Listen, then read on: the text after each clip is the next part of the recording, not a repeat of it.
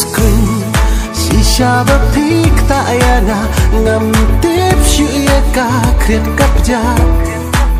ngam tip shu jaru ayusha ban e nga shisha pinang can tru jing it ben den yana go ten den da shisha pi dai u sim ka hi ma jong a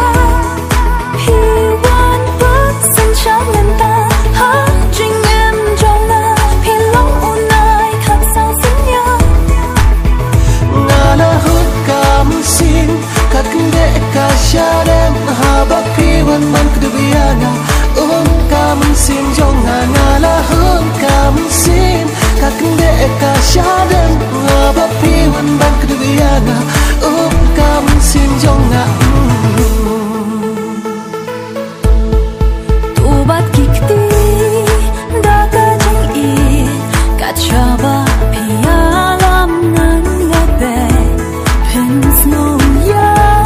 jing ye ba shisha ka bangi ya pel na pi hama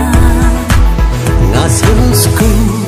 shisha ba phik ta yana ngam tip shu ye ka khret kap ja ngam tip shu